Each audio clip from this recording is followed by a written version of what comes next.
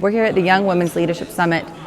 You just spoke on stage. What was your message to all of these young ladies here? The message was to continue doing what you know is right, to own your faith, to own your principles, to be a leader, to make sure that you have a vision and that you know why you have the beliefs that you do, which means being prepared, which means doing your research, using data and not getting personal when you have debates.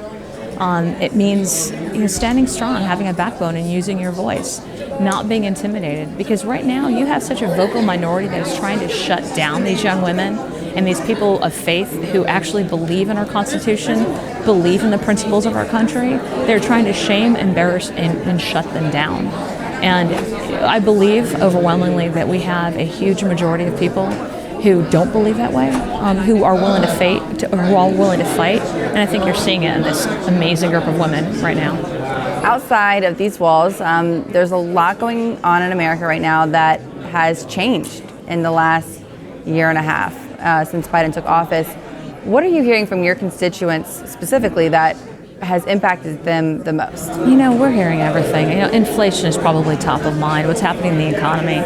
I keep getting sent pictures of gas prices and pictures of prices after people have filled up their tank and saying, it was $25 last year or a year and a half ago. It's now $62. And people are wondering, quite honestly, how they're going to continue to pay those outrageous prices. It's affected everything, and people are upset about it. They're frustrated. They continue hearing in the media and by this administration that there's nothing we can do. You have an administration that seems to continue to pour gas and create fires and then throw their hands up and blame everybody else.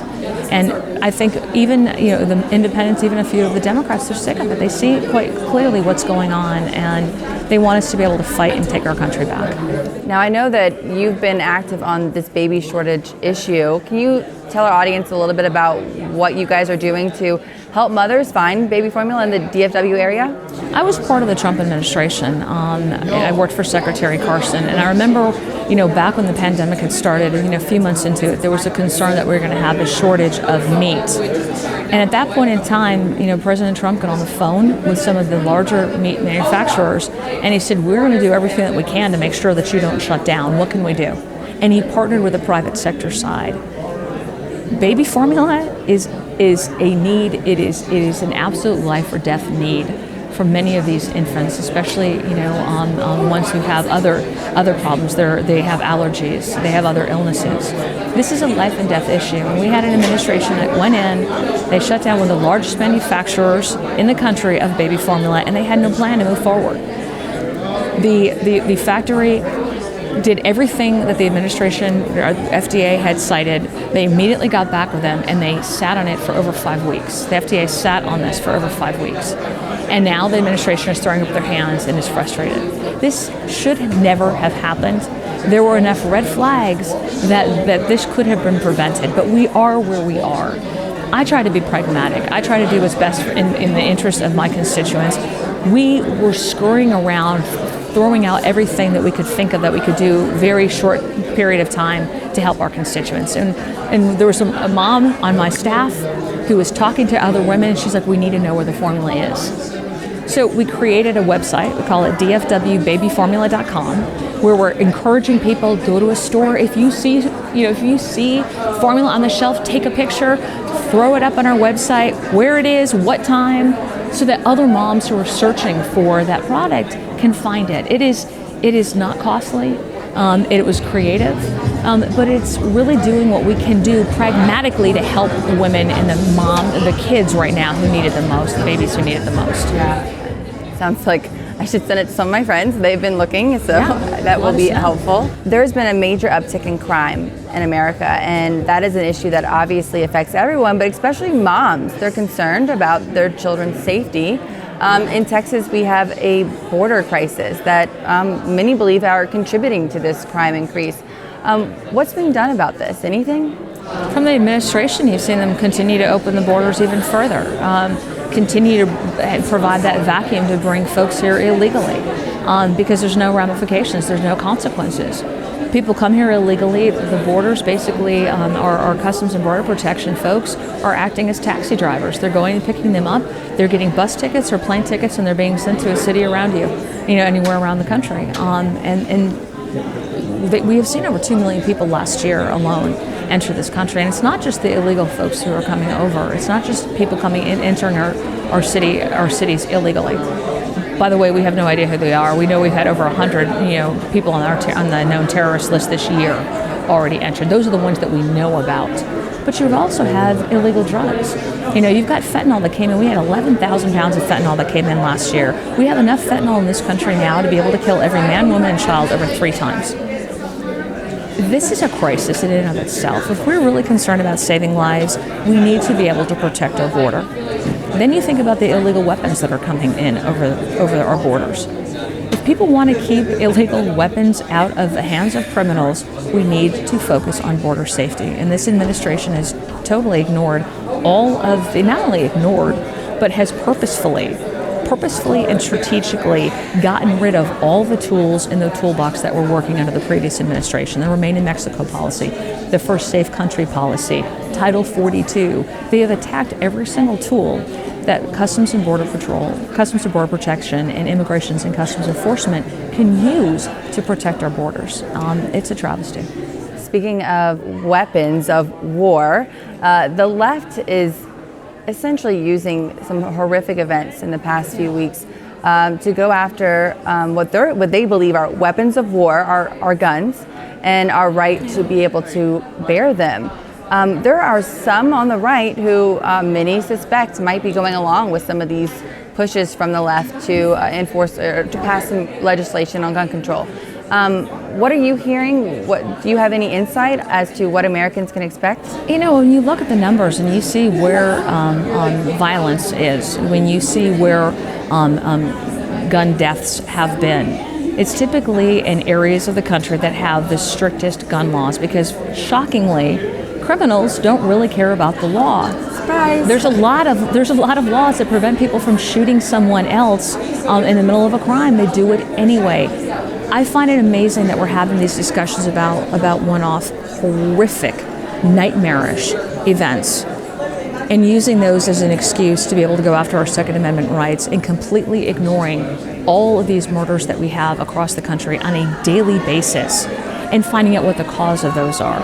Why are we not throwing the book at criminals who have had violent crimes in their past? Why are we allowing DAs and prosecutors not to prosecute those criminals?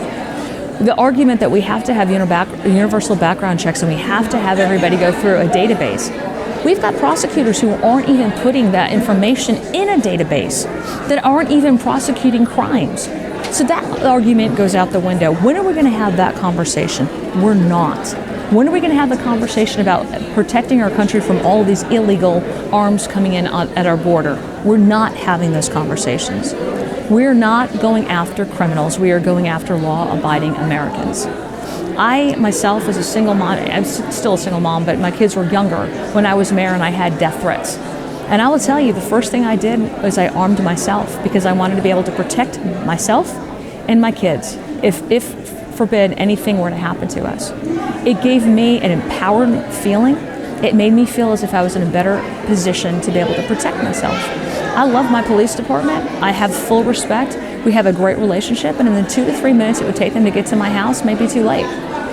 If we are really worried about women's empowerment and we're concerned, don't take away our ability to be able to protect ourselves. And it just seems like the left has one tool in their toolbox, and if you only have a hammer, everything looks like a nail.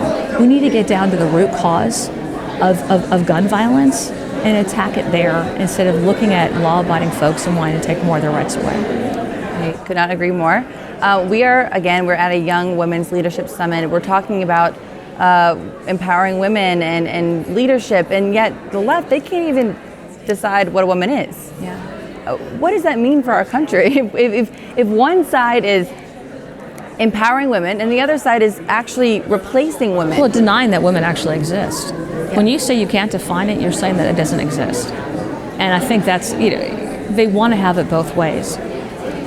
They want to tell you what to do with your body, but then they want to say, don't tell me what to do with my body. They want to be able to say, we're going to empower women, and then we see them continuously cut women's rights out from under them. They want to have it both ways, and it's only their way.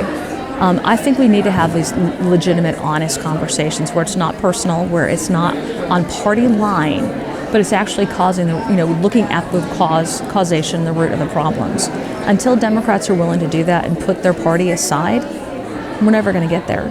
I introduced a bill, speaking of gun control, I introduced a bill over a year ago that was focused on keeping arms out of adults who had done violent crimes as teens. Because right now we're seeing gang members, we're seeing drug cartels take advantage of underage children to do these horrific crimes, because once they turn 18, they can have their sentences expunged. They can have their records expunged, and then they'll be able to, that information won't be in a database. I put forward a bill that's supported by the NRA, it's supported by law enforcement, that says if you have committed a violent crime that you've been found guilty of, at 18, that doesn't go away. You still will not be able to buy a gun. To me, that makes a lot of sense. We talk about common sense gun laws. I haven't been able to find one Democrat who would co-sign, co-sponsor, or support that bill with me. Republicans continue to bring these solutions to the table, but unless it's by party lines, Democrats ignore. And what's your message to those that are getting ready to head to the polls in November? I mean, it's obvious that people are not happy, but it always does still take people to show up. They have to actually get out there and vote. Groups that I talk to, I always challenge them because people want to know how they can help, what they can do. It goes without saying you have to vote. It goes without saying have those difficult conversations with neighbors who may or may not agree with you all the time. It's okay. You can disagree and still be likable. You can disagree and still have a relationship with somebody. I could never get my kids to agree on what they wanted for dinner. It's okay. Nobody is going to think 100% all the time the way that you think. But I challenge them. I'm like, it's not just enough for you to get to the polls. Bring 10 people. You've got all the time to early voting on election day. Bring 10 people to go to the polls. And the left is always good about... They are amazing about that. Getting the vote out, yeah. We have enough to fight for right now. We have seen how much we can lose in just 2 years. How our foreign policy, how our energy independence, how our everyday pocketbooks, especially hardest hit are working families, we see what's at stake. It's not enough to just get out and vote. We have to bring other people out to the polls. We have to have a national movement to get people to go out and vote. Our country's worth it. Okay, I have one more question if you have time. Sure. You mentioned energy. That is obviously a major industry here in Texas. Yeah. And Biden has said, it's not like I can just flip a switch and that'll solve the problem. I mean, I don't even know how you could respond to that. It's a ridiculous statement. This is a president who, even during his campaign and the first day of his presidency, attacked the oil and gas industry, told them that they did not have a future in our country, that got rid of our Keystone Pipeline expansion specifically to be able to cater to the anti-oil and gas crowd. He has told them they don't have a future. He has done everything that he can to not allow them to have permits where they need to, not have permits to be able to actually move if they find, product in the ground, to be able to move it out. And then when all of a sudden we're in a crisis, which we told them over and over again, this was foreseeable. We knew this was going to happen. He had enough, advisors that told him, if you attack this industry, if you add all these regulations, if you stop expansions, if you stop the permits, this is what you're going to get. We're now there. It's not just flipping on a light switch now. You knew exactly what you were doing. You did it.